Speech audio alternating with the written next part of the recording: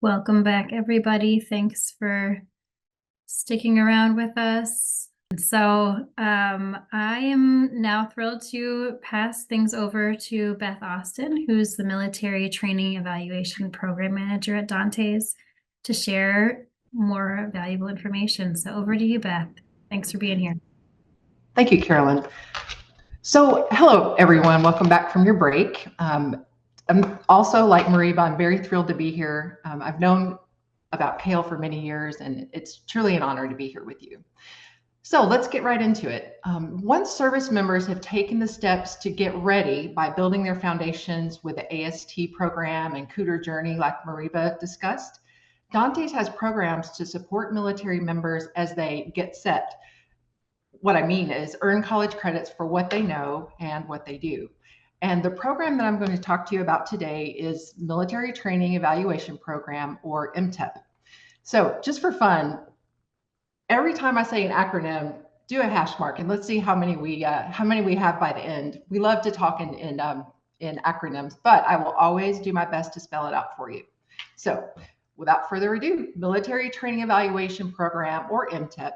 Our mission is to take the knowledge that's gained by service members through formal in-class training or occupational on-the-job training and translate that into language understood and accepted by academic institutions.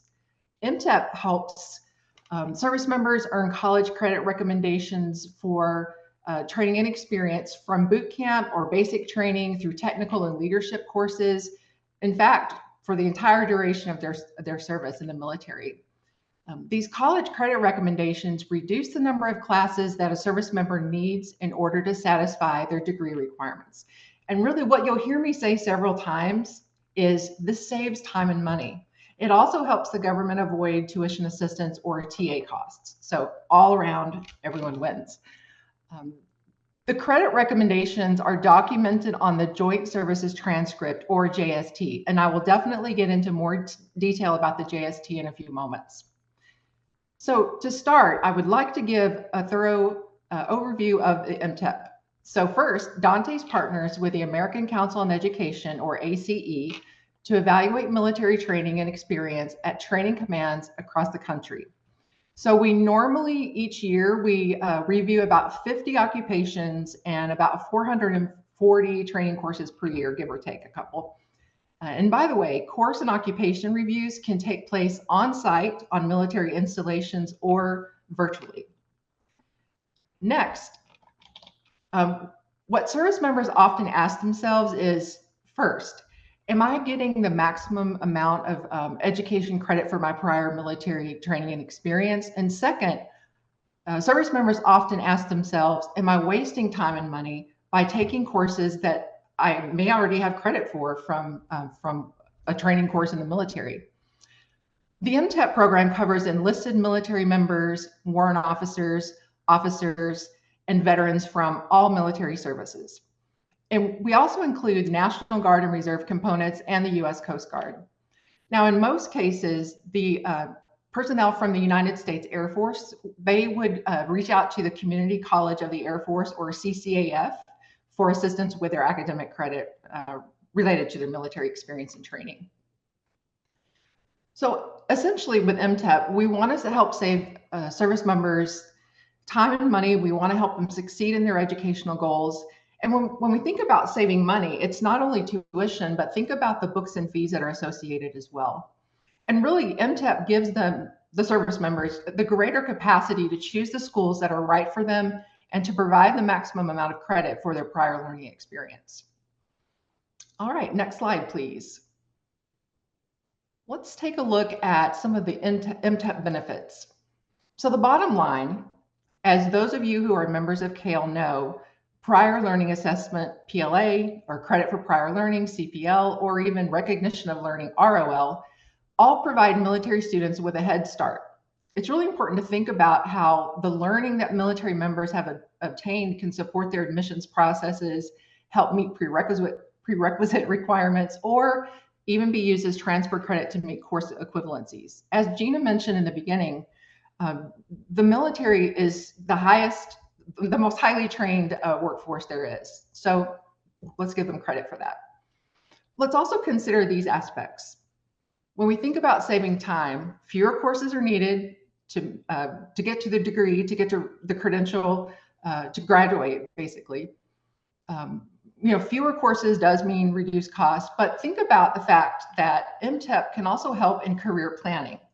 MTEP provides a means for competitive advantage in career programs for military members, such as advancement programs, officer commissioning programs, and transition through and out of the military as well. And also, MTEP can support service members as they're developing their resumes.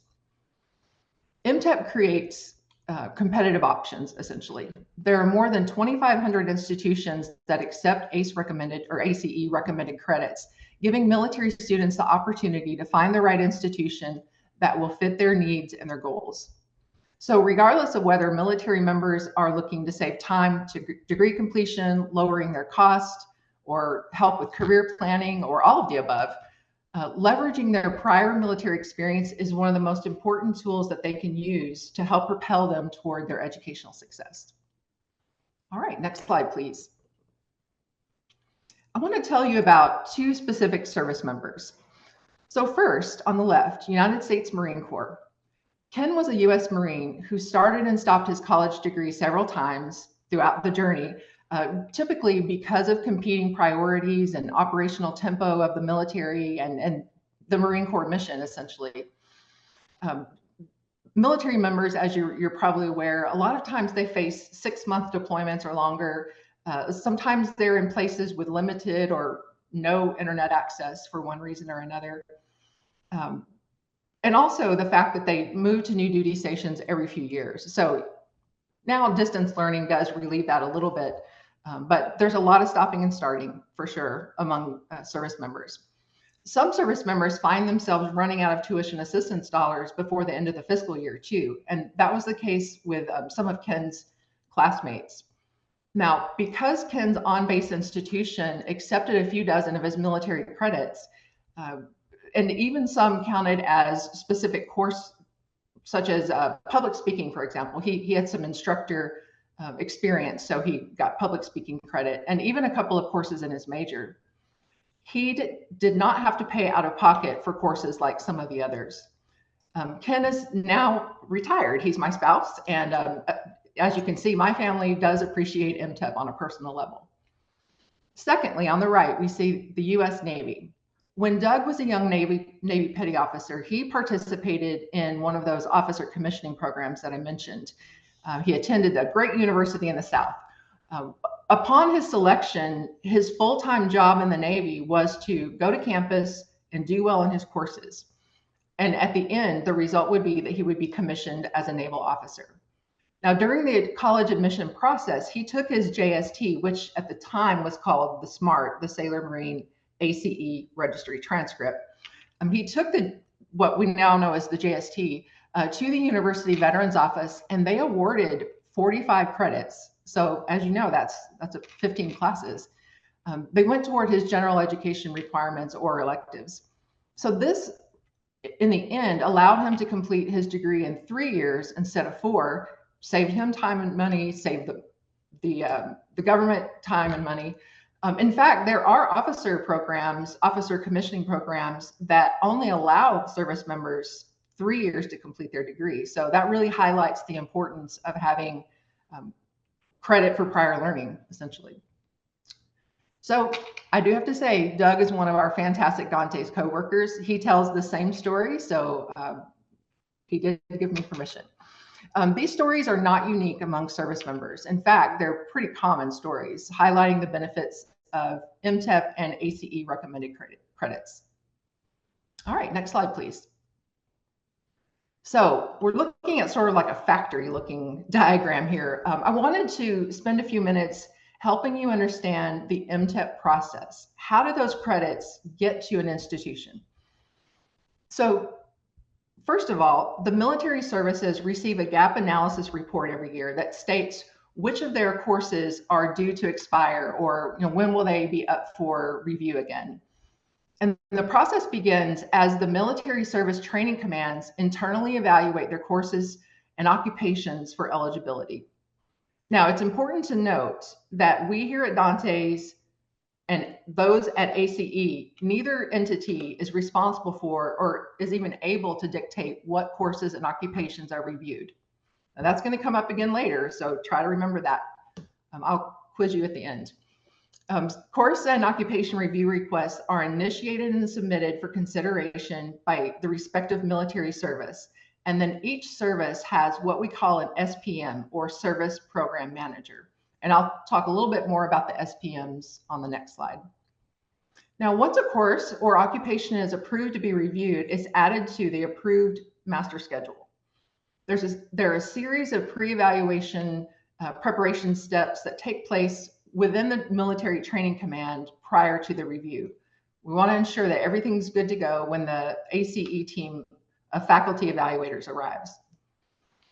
ACE schedules and conducts all course and occupation reviews. Now, to summarize the course review process, teams of college and university faculty members work together to review the course materials and to verify that the courses meet the content, the scope, and the rigor of college courses in their respective fields that they teach in. The decision is based on a consensus of the team. So if there's even one faculty evaluator that does not agree, if they don't all agree, then no credit is recommended. Now, the occupational review, it's kind of similar, but it requires that the service members that are subject matter experts in that occupation, they are actually reviewed by the ACE faculty evaluators. We try to strike a balance. We want to recommend credit where it's due for service members so that those service members don't have to repeat courses unnecessarily, but we also don't want to set them up for failure in a higher level course. So sometimes credit just is not recommended. After a course or occupation review is completed, the command is notified of the credit recommendation, and the information is sent to what we refer to as the military guide. The military guide is essentially a repository that holds course and occupation data. The military guide is the primary source of information that feeds to the JST. Now, if you recall, JST, Joint Services Transcript. It is possible, unfortunately, that entities can engage in what we call data scraping from our websites. And so sometimes, they might try to sell the data or profess that they will award this data, the credit recommendations. So we have to ask, is that data really valid, reliable? Would it be accepted by colleges and universities? There's really no way to tell. So what I'm saying is that the military guide should always be considered the authoritative data source for any external system that uses MTEP evaluation recommendation data. All right, next slide, please. Here you'll see the MTEP working group. So this group was designed and established to enhance program readiness, improve the business processes, and support administrative and policy recommendations. We meet quarterly and focus on how we can make the program and the MTEP process better and better. As a group, we take a collaborative and holistic approach to those tasks at hand. Now, if you'll remember from the previous slide, neither Dantes nor ACE can mandate what courses and occupations are evaluated. Each military service is represented by the MTEP Service Program Manager, who's responsible for ensuring the interest of their respective service is met. So it's important to note, though, that not all military courses are eligible for review. So a few words about eligibility. The course or occupation must fall under the purview of a Service Central Training Authority. For example, the Army has TRADOC, which is Training and Doctrine Command. The Navy has NETC, NETC, which is the Naval Education and Training Command. The courses that are being reviewed cannot include curriculum that belongs to a nationally or regionally accredited institution as recognized by the U.S. Department of Education. So for example, CCAF, or the Community College of the Air Force, is actually a regionally accredited institution. So we do not review CCAF courses. Courses to be reviewed cannot contain proprietary material or intellectual property that is outside of the federal government, or it cannot belong to a non-federal entity. Each course reviewed must have at least 40 hours of engagement or contact hours. Some military courses do contain classified information, so the classified portions must be redacted, and what remains has to be at least 40 contact hours worth. Also, the formal assessments within the course have to be evaluated as well. And if the whole thing is classified, then it just won't work for review. If there are new military training courses, they must have been taught for at least 1 year in order to be reviewed. And I do want to mention that when reviews are taking place and being planned, the focus is primarily on enlisted education. They're the #1 priority to be evaluated. So just in summary, the representative from each service is responsible for covering the interests of their service members and their training commands. A lot of times we recommend that the military personnel and training commands become very well acquainted with their SPMs, their MTEP SPMs, so that they can, work closely to get the courses and occupations reviewed. So on the right side of the slide, you can see the landing page of what we call the MTEP review portal. It's a shared workspace where ACE staff, ACE faculty evaluators, DANTES staff like myself, and the MTEP service program managers can all come in, look at the review master schedule. We have working group resources as well as training guides that can be reviewed. All right, next slide, please. I want to talk a little bit more about the military guide and its features. So Dantes and ACE launched a new modernized version of the military guide as a tool in about April of 2021. Yes, it actually says right on the slide, April of 2021. So why did we need a modernized tool? Several reasons. What we found out from colleges and universities is we needed to make some changes. We needed to make the tool easier for colleges and universities to understand and evaluate the military credit. The previous military guide, through feedback, we learned it was just too cumbersome and too heavily focused on a lot of narrative. And so the new version is much easier to use. We found also that there's a large segment of the academic population that just wasn't using the military guide at all because it was not quick and easy to navigate.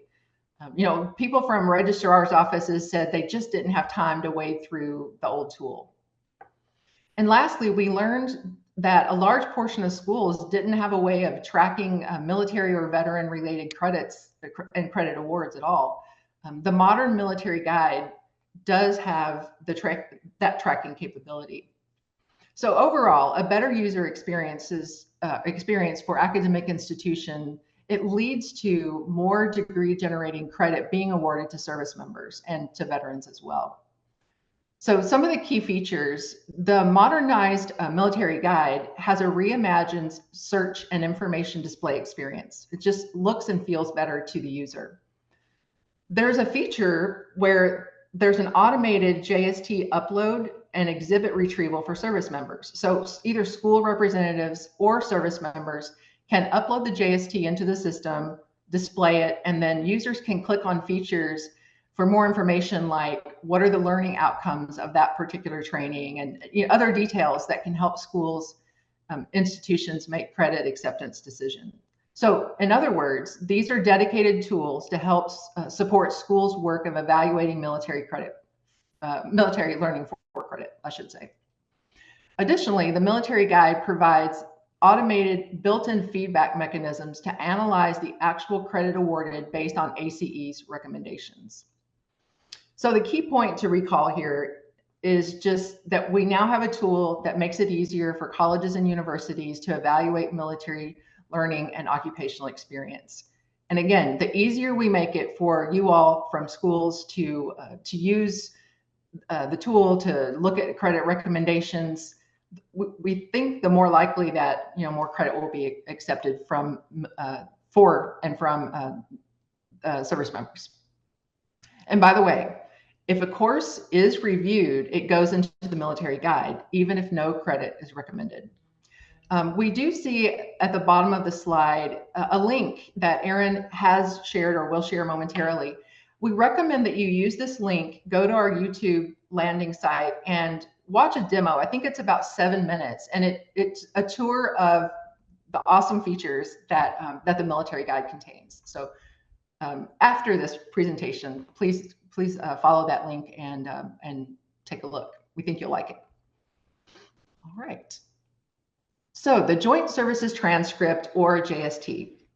Now, I just want to set the stage by saying that on behalf of the military services and as directed by the Department of Defense Voluntary Education, or VOLED program instruction, DANTES acts as a liaison and coordinates with the Naval Education and Training Command, or NETC, to provide the JST for service members and veterans. So let me clear up any confusion or misconception. DANTES does not own the JST or the JST operations, but we do act as a liaison to help solve policy issues, quality assurance, surveillance, compliance with our contract partner, ACE, or American Council on Education. The transcripts validate service member and veteran occupation experience, training, prior learning, and they contain college recommendations determined by ACE. The JST is really important for our service members and veterans because it provides documented evidence of all the training and occupation experiences that they've had since day one when they joined the military. I think of the JST kind of like the vehicle that delivers ACE recommended credits to you all at the colleges and universities.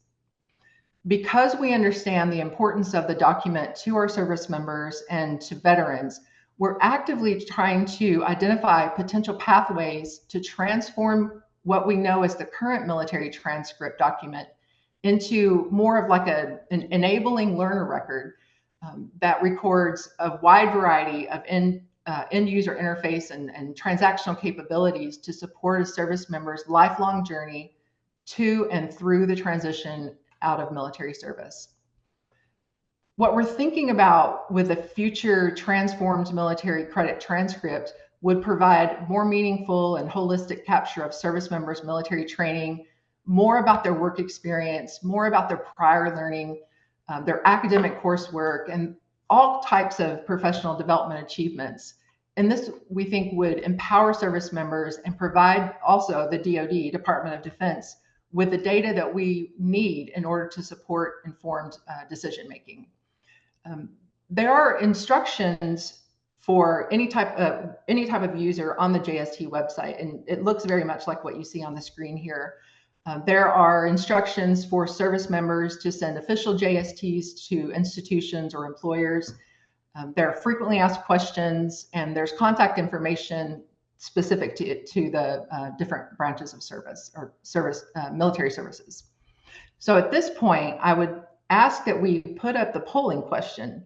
I want to see what you all think about how many official JSTs were sent to educational institutions last fiscal year.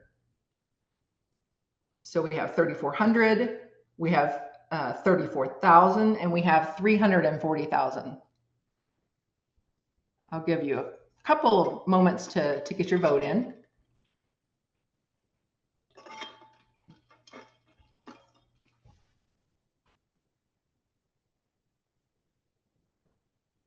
All right, looks like we have about 41 that have voted. This might surprise you. The correct answer is actually C. We had 340,000 thereabouts official JSTs that were sent to institutions last fiscal year. Even more impressive, in addition, around 2.5 million unofficial transcripts were viewed on the JST site by service members and veterans in that same fiscal year. 2.5 million, that's quite a few. We are going to make sure that you all have the JST link if it's not already in the chat. I can't see, and Aaron will get that to you. All right, let's go ahead to the next slide. Thank you all for voting. I want to talk just a little bit more about the military guide in terms of the insight and the value. This slide really talks to the complexity that we face in our attempt to improve the Department of Defense or DoD's capacity to evaluate, document, and communicate college level learning from military experience and training. So it can be challenging at times for colleges and universities to align what we do with post-secondary requirements. So we have an obligation to act to ensure our service members and veterans are receiving credit for their experience. But equally important is our role in supporting military mission readiness. This means continuing to contribute to our national defense strategy by cultivating our talent, by recruiting and training a workforce with the skills, the abilities, and the diversity that we need to be able to creatively solve national security challenges in a global, complex environment. One of the major ways that we attract and retain talent is through our career investment programs, such as the Department of Defense Voluntary Education or VOL-ED program. In fact, I've heard many service members say that educational opportunities, that's one of the primary reasons that they joined the military in the first place. So at the heart of all of this is, how do we get our hands or our minds around the disparity that we see in the credit that's awarded to military members? So what I mean is, we could have two service members with the same credentials, the same degree plans, attend two different schools and have vastly different outcomes in how much credit was awarded from their JST. It could also be a lot of disparity between the schools in terms of how those credits are applied. So 30 credits, let's say, is it all dumped into general electives, or are there course by course equivalencies awarded? Some of us around MTEP just kind of jokingly say it's like the academic wild, wild west. There's a lot of inconsistency for how the credits are awarded and used in degree plans. The Department of Defense's investment in and recognition of credit for prior learning really stems from the challenge of simplifying the evaluation of military learning and experiences for you all at the colleges and universities. So we think that by making this process easier and providing more information, more insight, more support as you're making those decisions, it really benefits the service members and veterans significantly. The task that we're thinking about is how to figure out how to create an MTEP ecosystem or sharing of information that serves to make life easier for academic institutions, easier for training commands, easier for the Department of Defense, and improving the capacity to evaluate, to document, and to communicate college level learning from military training and experience. We're on the right path in our initial attempt to standardize some of this work with our introduction, as I mentioned, of the modernized military guide, as previously discussed. Something else that's really exciting that's going on, we're currently in the midst of a pilot program with two academic institutions that they both have significant numbers of tuition assistants using service members. So they're very used to, very welcoming to service members, very military friendly, we would say. So this pilot program actually involves data interoperability and exchange. So the institutions would provide us with the data, historical data on how many credits they typically award from the JST, how they use it within their degree programs. And in turn, they would receive an auto refresh, automatic updates when there are changes to ACE credit recommendations. So that's that exchange that I mentioned. We would love to have more and more institutions involved. So if that perks anyone's ears up a little bit, please reach out and let us know if your institution might be interested in participating as well. All right, let's take a look at the next slide. So I wanted to tell a story. She could even be on this webinar right now or see it later. She'll know who I'm talking about. When I previously worked at a university, I had a colleague at a nearby institution that really cracked the code on how to maximize military credit acceptance at her in an institution or university. She was a veteran herself, and she really understood the military credit recommendation process.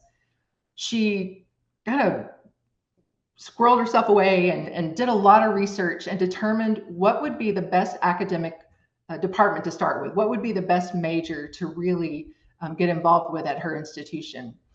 She became an expert at using the military guide, and then she aligned that information to degree requirements in that initial academic department and major that she was thinking of. So she actually made a physical binder to give to faculty members that explained everything in good detail. She even had an ACE faculty evaluator come out to her campus and sit and talk with the dean and sit and talk with the faculty members there at her institution. And because that worked so well, she replicated that process across her institution. Worked like a charm. Today, in fact, that particular institution does an excellent job with military credit acceptance, and they have a very robust military connected student population as well as a result.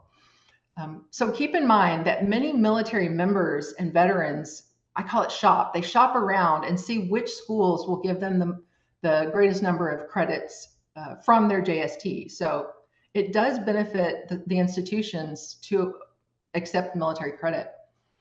So what you can do to be an advocate for military credit acceptance, I would just recommend becoming familiar with the military guide as well as the Joint Services transcript. Think about the number of credits, the ACE recommended military credits that your institution can accept. And not only that, but how can they work into degree plans at your institution and actually take the place of course requirements. Share the information that you're learning with your institution's administrators and faculty members as well. And it almost goes without saying, reach out to us, contact us for any assistance that you may need. We should have the email address on the slide there for you. We also recommend, please visit the DANTES website and take a look at our fact sheet that we have regarding the MTEP program. Great information is there. In fact, dantes.mil/credit4 training will take you right to this type of information that I'm referring to. All right, let's take a look at the next slide. So when we have the opportunity to speak with groups, especially those from academic institutions, we find that there are certain questions that come up over and over. So we have some frequently asked questions for you today. You heard me mention ACE Faculty Evaluator. Some of you may be interested in participating in that type of activity. So how do you become an ACE Faculty Evaluator? There is information on the ACE website. That's acenet.edu. Faculty evaluators, basically, they're vetted, they're qualified, which in turn makes those reviews validated and deemed viable. Faculty evaluators come from 2-year schools, they come from 4-year schools, and both public and private institutions as well. They're compensated for their time and travel too, which is a nice benefit. All right, secondly, what is the relationship between Dantes and JST? Does Dantes own the JST? Let me ask you, throw it in chat. I mentioned it maybe 1 or 2 times earlier. What do you think? Do you recall? Actually, each JST is owned by the service members and veterans specific branch of service. Dantes is a liaison, so with the JST Operations Center. So what I mean is the Army soldiers JST is owned by the Army, the Navy's JST is owned by the Navy. We are the liaison between the American Council on Education and JST operations. All right, number 3, how can a service member have JST information corrected? So if a service member or a veteran notices that there's missing information or incorrect information on the JST, we would refer them to the contact information on the JST website for help with correcting the information that appears to be missing or incorrect. So each branch of the military has its own instructions and contact information. Now, let me pose this question to you. I've mentioned this too. Who decides which courses and occupations are reviewed? Does Dantes decide? Does the American Council on Education decide? Each service requests their own reviews. Dantes does not control what's reviewed, and neither does the American Council on Education. Additionally, we have some specific criteria of eligibility which guides what courses and occupations can be evaluated, and I went over those a few moments ago. So we do receive the question, we had this just a couple of weeks ago, does my institution have a military guide account already? We think it's a great idea for academic institutions to have a military guide account and to use the tool as it was intended. So I offer you all my services to help any of you from academic institutions determine if your institution already has an account, and if so, who's the point of contact at your school that is listed in the military guide. I can connect you with those at the American Council on Education that manage the military guide accounts. And we would love for all of you to get engaged with a military guide. And also I wanted to mention that there is a help desk feature on the military guide site. Next, why should we use the military guide if we have our own internal system that tracks military credit acceptance? Institutions still should access the military guide in order to verify information on the JST. So as I mentioned previously, we want to create direct data exchanges with institutions. This robust data would help us better understand how credits are being applied at the post-secondary level within specific degree programs. Why? Well, because it would allow us to improve upon our internal processes, the taxonomies that we use to assist with degree alignment process, and also to provide better and more targeted support to our training commands. A few moments ago, I discussed the military guide pilot project related to data interoperability and exchange with the 2 academic institutions that's going on this year. And again, if any of you are interested in that, please let us know. All right, the 7th FAQ that we have is, how long is an ACE credit recommendation valid? So in other words, how often is a course or an occupation reviewed? The short answer is 10 years. Now, there are cases like when the curriculum vastly changes, the review can be requested sooner than 10 years, and that does happen sometimes. Another case is in those highly technical fields in the military. Those are actually reviewed more often because of changing technology. And last but not least, the 8th FAQ that we often hear is, what's the difference between a course review and an occupation review? I've mentioned those several times throughout this session. In a course or formal training review, the ACE faculty evaluators look at lots of material. So they look at the material used to deliver the content of the course, such as course planning documents, learner outcomes, the number of academic contact hours, the instructor and student materials, and they think through the applicability to post-secondary programs. The ACE faculty evaluators, they also want to validate that the stated learning outcomes are true by looking at the course assessments. You know, how are the service members graded and how are they assessed as part of the course?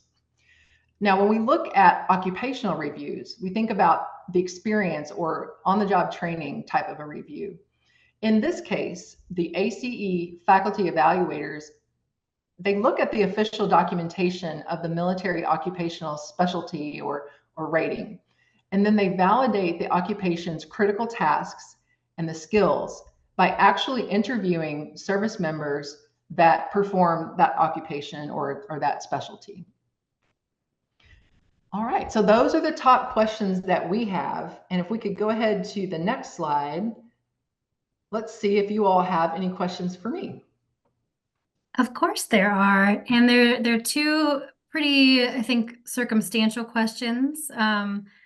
So the first one came through from Wendelin, who's in the Q&A, asked, I've worked with military who received classified training that didn't allow for sharing of content, which prevented consideration for very competitive programs at 4 institutions such as engineering. What is the best way to work with these students? And are they typically aware that they will most likely need to repeat content at a college for this reason? I would say generally service members would be aware that their course can't be evaluated in the traditional sense, and therefore, because the JST is the way to get that credit to the institution, they are probably aware that the credit won't move. We can think about other ways to assess their learning, maybe like portfolio, or there really aren't any CLEP exams for engineering necessarily, but yeah, just alternate ways of assessing their learning. Yeah, Yeah, that would be the best course of action. great. Thank you. And thanks for that question. And then the second one is from Bren in the chat, who says, a former military member at my school started in one branch of service and then later changed to a different branch of service. Why was their JST reflecting the exit rank of the first service and the service seal instead of the last service served? Let me think about that. Certainly, it should not be missing. So I would recommend that the service member go to the JST site and follow the instructions on what they need to do to have that information added. I can't think of a real reason why it should not be there.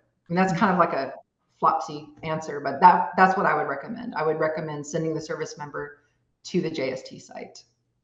Great. Thanks, Beth. And then another question from Bren in the Q&A. If ACE credit recommendations are valid for 10 years, does this mean we really shouldn't accept JSTs that are older than 10 years old? Fair question. So if we think about, credit recommendations go back to the 1950s. And so things change over the decades for sure. But the way I would think about it is that service member was present and took that training in the 80s, 90s. The answer is no. That I'm getting to. No, I would not limit accepting the credits. So they have that knowledge and they still have it. So I would not recommend limiting the age. Now I know some institutions do have policies where if it's any transcript is not accepted that's more than 10 years old. So that might be your institution's policy. But I would say, no, don't limit. But, I'm a real advocate for military credit. That's a great answer. Not recommend limiting, but definitely refer to institutional policies to cover this. We have time for one more question that came from Cindy in the chat. But I know that Aaron has also put Beth's email in the chat. So if there are other questions that come up, I know that Aaron, you'll be happy to respond. Cindy asks, if we were in the pilot program for ACE military guide, does this change anything for us? And I'm not sure what the specific thing Cindy's referring to is. I don't know if that's enough for you, Beth, or maybe Cindy, we can come off mute and clarify. So I'm thinking, as I understand it, Cindy, you're asking what's in it for my institution if we become involved in this pilot program. So instead of having to go out and always look for updates in credit recommendations, part of that exchange of data would be automatic feeds to your institution that would constantly be updated as things change with credit recommendations. So just it's a convenience factor that your institution would enjoy. Right. So we were in the pilot program. We're in the system as one of the first 13 schools in the ACE military guide where it uploads and does that. Is this completely different or done jointly with that system? So this is something that's just started this year. So it would be a little bit different from what you what you experienced before. I would have to find the real specifics. I wasn't with MTEP, at that time when I wasn't with Dantes at all when the military guide first came to be. So I would be happy to find those specific details and let you know. Thank you. And thank you for that question. Thanks, Cindy. And I see that, Beth, your direct email is put in chat. So anybody else who has a question like Cindy's or others, that's a great place to start. And wow, that time flew by. Beth, thank you so much for your presentation and for all of this great information. I don't know if there's anything you'd like to say about this final slide before we wrap things up. Yes, please note, I mean, you will be getting the slides, but please note the many ways that you can connect with Dantes. You'll see our website here, our general email address, our social media, and I also want to plug the Dantes app called MilEd Benefits. This is available for Apple and Android phones, so please download that and take a look. It's pretty fantastic, but I'm partial, but it's a pretty great app. Yeah. All right. That does it for me. Over to you. Thank you so much. And again, thank you to Beth, thank you to Mariba, and thank you for all of and Gina, of course, Doug, and everybody behind the scenes that you may not have seen on camera that has been a part of putting this part 1 together. If you wouldn't mind going back to the slide just before this, just to make sure you all know, you will be, because you signed up for this, you'll be getting an email with the recording, the slides, and all of the links. But they'll also be available on the CAEL website and on the Dantes YouTube channel, which is spelled out right there. And then the next slide really is, if you're not a CAEL member, we'd love for you to join us because we do things like this all the time. We collaborate with great partners like Dantes to help our members advance their work as practitioners in this adult learner and worker space. And connecting the ecosystem between higher ed, workforce, and employment. So this is just a very brief overview of some of the great benefits that you could receive. As a CAEL member, we have a number of different levels and options available to kind of meet your budget and needs, but you get discounts on our conference, discounts on professional development, and then we offer at least monthly free webinars for our members, along with a community space and over 5,000 folks in our membership who are all thinking and trying to solve some of these big challenges. And I learn something from my members every day. So if you're interested, you want to learn more, please email us at membershipservices@cael.org. We'd love to speak with you. And for those of you who are members, thank you so much for being here and for your support. This is a 2-part series. So this was part 1. We hope you'll join us for part 2 on October 3rd, 11 to 1 p.m. Eastern time, where we'll be focusing on career resources for veterans and service members. And so you can find, I know we're going to put the registration link in this chat and in the follow-up email. It'll also be available on CAEL's event calendar. So please sign up, tell your colleagues, tell your network if they're working with veterans and service members. They won't want to miss this 2-part series. It, of course, will be recorded as well. And then, of course, we will be doing a special military breakout at our conference. Dantes will be at our conference. So if you want to chat with these wonderful people, please come to our conference and meet them in person. We have a special military breakout on the Thursday of our conference from 2 to 4 p.m. following a really wonderful keynote by Consuelo Castillo-Kickbush. And so the breakout is focused on joint operations mentality to better support the military-connected population. So we'll be announcing that we are launching a national community of practice focused on military-connected learners and workers for our members. We will hear success stories in kind of quick fire breakouts, and then there'll be plenty of time for networking and celebration on Halloween. So we'll be in New Orleans. We hope if you're able to, you can join us. It's going to be a really wonderful breakout session, and we can't wait. And we know Gina will be there. And so finally, as we come to the end of part 1, again, on behalf of all of the folks who have been part of putting this together, thank you so much for joining us. Thank you so much for the work that you do to support our veterans and service members in their journey. Please let us know how we did. You should get a prompt for a quick survey once you leave this webinar, and we really appreciate your feedback because it helps us improve and it helps us know what we should be thinking about for the next time. So have a great rest of your week. Hope to see you at part 2 and take good care. Thanks, everybody.